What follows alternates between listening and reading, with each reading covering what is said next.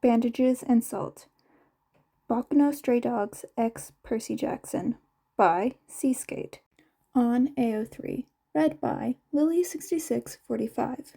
This fic may have mentions of child abuse, character death, alcohol abuse, implied/referenced sexual assault. That is your warning. Chapter 2. Summary: Fires and Libraries. Notes: You're on your own, kid. You always have been. Quote from You're on Your Own, Kid, Taylor Swift. Numb. Numb was the only way to accurately describe what I was feeling. Even as the heat of the distant flames seemed to lick at my skin, I couldn't seem to feel it. There was a coolness in my chest that had never been there before. Not when I thought I saw my mom die last year, not when leaving camp today with no intention of going back. No, this coldness came from seeing my apartment complex up in flames in the middle of the night and knowing that everyone in there had burned. There were no survivors, was what the fireman and police said to the press when they approached the scene. Just numb. After leaving the infirmary, I went and tracked down Argus and asked that eye-covered man to drive me into town. He was reluctant at first, shaking his head not. But something in my eyes, some look on my face must have stopped him, because the next thing I knew was on the road in the camp van with me having nothing but the things I could hastily throw in my book bag. I guess he knew that even if he didn't do this, I would just hitchhike. Argus drove me as far as he would normally for any demigod mission. The walk to my apartment wasn't a terrible one, but it would take a few hours to get there. I couldn't help but sigh. I have the time. As I finally make it to the block my apartment complex is on, I start to get a headache from the smell of smoke. Not an uncommon occurrence in the city, but it's also not normally this strong either. The smell only gets stronger the closer I get to the apartment. I can almost taste the smoke on my tongue and hear the sirens in the distance. When I finally got home, the place was in flames. I stand on the street watching the vultures people deemed fit to call humans as they gathered outside the building. Not a single one of them lived in that building. That's an alley close enough to the commotion that I can still hear the people and the police scanner talking. It's cold in here, letting me catch the breath that I didn't know that I was missing. Something swirled in my gut, and I puked up my lunch from earlier. Even then, crouching in an alley, staring at my house as it's in flames, knowing that my mother was in there, that she's dead, I didn't cry. It was like something in me burned along with them, and I didn't know how to get it back. I didn't even know if I wanted it back. I ended up having an all-night diner not far from the apartment complex. The place was popular with college students during the school year, but only have a few customers at the moment since it was summer. I had dragged myself here and all but threw myself in front of the nearest seat to the TV. The news was going, showing coverage of the fire. "Just in!" an overexcited news reporter chirped. "A local apartment building has been set ablaze!" My attention caught on the word set. Set meant it was on purpose. "The fire department and police department are working together to find the arsonist. Officers on scene have reported that there were no survivors of the incident." Annoyance flashed through me. Of course it's arson. And of course it had to be my building at a time when I was away with no true alibi and a very strange criminal history for a 13-year-old. It was just a matter of time till the police saw this and decided that I was their pyro. It was ironic in a way, being the son of Poseidon and all. The way I saw it, I had two options. Since Poseidon had made his position on even visiting very clear, I couldn't stay with him. Best case, I end up in the foster care system. Worst case, jail. Neither was all that appealing to me. I left the diner with a plan in mind for a third option. There's a local library near the apartment building and the diner.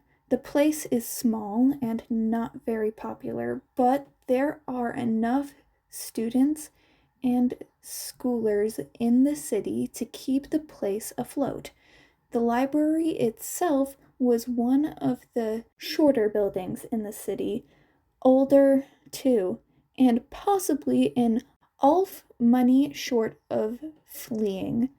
There were only 2 stories to the building, made of dark brick and large windows that open out onto the sloping roof. If I looked carefully, I could just make out what looked to be a hidden flat top where all the sides of the roof met.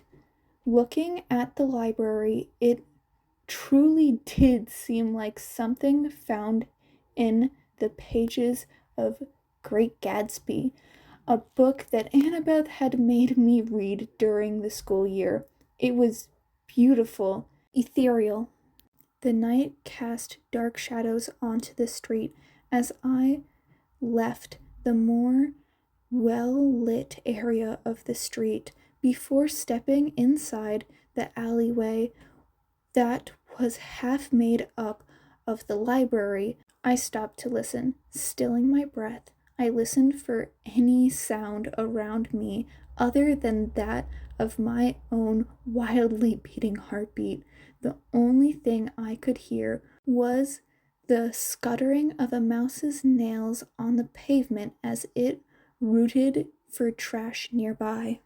Dealing with and seeing homeless people in an alleyways was an average everyday occurrence for those living in bigger cities, but I couldn't help but to feel some weight leaving my chest when it seemed that none were there. Though normal, some of the drunker ones could get quite violent. Even though I'm a demigod, I was still a scrawny 13-year-old with a weapon that is harmless against mortals. In times like this, I began to understand why Luke would want for a weapon that could hurt everyone. The quiet was also welcome because it meant that there were no monsters of ancient Greek origin lurking around either. Monsters and homeless people can really put a wretch into a person's plans of committing a minor felony. I made my way into the dim lit alley, walking to the middle of it where the light seemed to reach the least.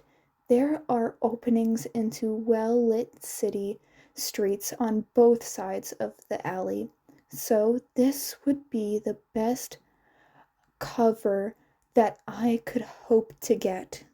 At camp, there is a rock wall with lava that pours down it, trying to get to the campers.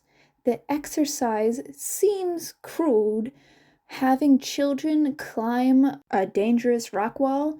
The only thing keeping them going up it is the knowledge that if they don't move fast enough, they will get burned. While speed is an integral component of making up the wall safely, it cannot always be relied on. I taught myself to jump and maneuver around the contraptions so that when the lava gets too close to invading my personal space, I could just escape it along with any pain it might bring. Pain has always been a nuisance following me, so I took any opportunity I could to avoid it. A little to my right was a large dumpster. The thing was mostly empty, only having a few trash bags in it. I smirked to myself and closed the lid on it. This will do. The space from the library wall to the adjacent building was a little more than the width of my arm from fingertip to fingertip when I stretched them out. The space was unforgettable, but I would make do. I have to, after all. I pressed my back on the library wall and jumped at the other building's wall, getting a feeling for the distance and timing. Timing was everything in this. One mess up and you're stuck on the ground with a broken leg. I backed away a little bit, keeping close to the library wall, and then ran. I leapt at the other building's wall, positioning myself so that when I hit it, I could easily turn and jump at the dumpster when my foot made contact. A shit-eating grin broke out on my face when I felt my feet make contact with the dumpster, but I didn't dare to stop or kill any momentum. Revel in my victory. I leapt back at the wall higher than last time and repeated this course of action until I was standing on the library's sloping roof. I glanced around the area and then crouched down and started climbing over to the nearby window. I kept low enough not to draw attention to myself, but still allowed me to make good time and keep a decent center of gravity. I couldn't suppress the shiver that sneaked its way up my spine. It had begun drizzling outside. The wind was picking up along with it. The coldness of it all bit at my skin, giving me extra motivation to move faster. There were small knobs on the window, more for decoration than any form of practicality, since there wasn't a balcony to allow for anyone to use the window from the outside. Legally, that is. I pushed a little on one of the knobs with my right hand, using the left to keep balance. There was a small spark of triumph in my chest when the window opened with little resistance. Slipping through the window, I was pleasantly surprised to find my feet landing on something plush much sooner than I had expected them to. There was a little window seat. I had always thought that these little book nooks were interesting, like your own little world. I closed the window quietly and listened once more to the area around me. I was met with the beautiful sound of silence, the only proof that anything was living in here was the faint sound of my own breath, the very same breath that I almost lost when I turned around to look at the surroundings. While the first floor of the library had always seemed a little unremarkable to me the few times that I had volunteered in here, the second floor was anything but. It was not easily seen when you were on the first floor, so not many people actually volunteered up here, and most of the books here were college type or just of the classical type. Below were all the modern books that people seemed to seek out, but up here, gods, this place was beautiful. Long tables were in the center of the arena, each having some old type of lamp on them. Each lamp held images of stars. When I pulled one of the strings, the whole room was lit up with stars. The books shelves that otherwise filled the room were beautifully crafted, each having some type of fantasy plaque on them, indicating what the shelves held. The second floor was like a reward to your curiosity. It was all truly so breathtaking, and yet a cruel part of me that I had never truly met before wanted to destroy it all.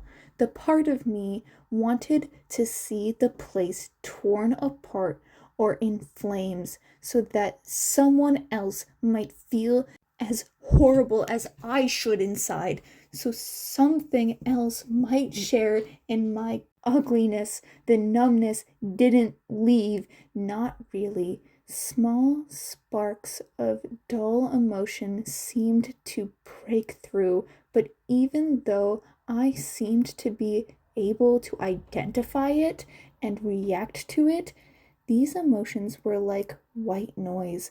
I wanted someone else to share my numbness, to not be alone in it. The rest of me was caught in the irony of this situation. All of those books might as well have been in French when you are a dyslexic demigod. The thought of sitting here was a pleasant one, but actually trying to read one of those books was practically a cruel form of punishment. Still, I couldn't help but stumble over to the nearest bookshelf. I found myself running my hand along the spines of the books, letting my mind wander as I did. I couldn't help but wonder at my innate ability to lose anything that I seemed to value. I went through 6 schools in 6 years. My mother was dead. My brother left me to live with my father that isn't even allowed to speak to me. I gave up my first real friends so that the prophecy could go smoother without me there to muck it up. Hell, even the prophecy that I never wanted was taken from me. It seemed the second that I obtained anything of value, the fates deemed it necessary to painfully strip it away from me. My eyes caught on the title of the next section, Languages. Being a demigod, my brain was naturally wired for ancient Greek, and while I doubted that there would be any translating to or from the language, modern Greek might still be an option. After searching the stacks for a good 10 minutes, I found a book translate and teaching Japanese from modern Greek. It was a strange book to find in the United States, but if I had to guess, it probably was a donation of sorts. or something. Still, it was one of the only books in the library with any form of Greek, so I grabbed it. I skimmed through the Greek portions of the book. It took me longer to read it than ancient Greek, but I could still somehow read it faster than English. The paragraph was saying something about the honorifics that the Japanese use. It was an interesting enough topic. Book in hand, I made my way back to the window that I had originally crawled through. There was better lighting there than in the library, since I didn't want to run the risk of turning on the lights. I don't think I'll ever be sure how long I just sat there reading. It was certainly the longest that I have ever sat still in my life. It was like my ADHD decided to take a break today and just let me be for just a small amount of time. My brain and body were too tired from all the events of the past few days to be able to needed to distract me for once. Strangely enough, reading Japanese wasn't any harder for me than it would be for anyone else attempting to learn the language. The characters didn't seem to switch around like the Anglo-Saxon ones have always done. It was refreshing to say the least. I took off my backpack and slipped the book inside of it. Sunrise seemed to be coming soon as the sky slowly became lighter and the street lights slowly shut off one by one. I needed to get out of here before the librarian came into work, and I had to explain my breaking and entering to them. Yeah, that did not sound like my kind of Friday morning. I glanced around the room and found an old wooden ladder, accompanied by an almost unnoticeable hatch above it that opened outwards up to the roof. Pulling out Riptide from my pocket, I popped off the blue cap and stepped up onto the ladder. Once the sword had transformed into its full length, I used it to push the hatch open all the way. Morning mist drifted through the air, joining last night's drizzle on the job of making the ground slightly slippery. The roof had short brick walls bordering it, making it into something of a small plateau.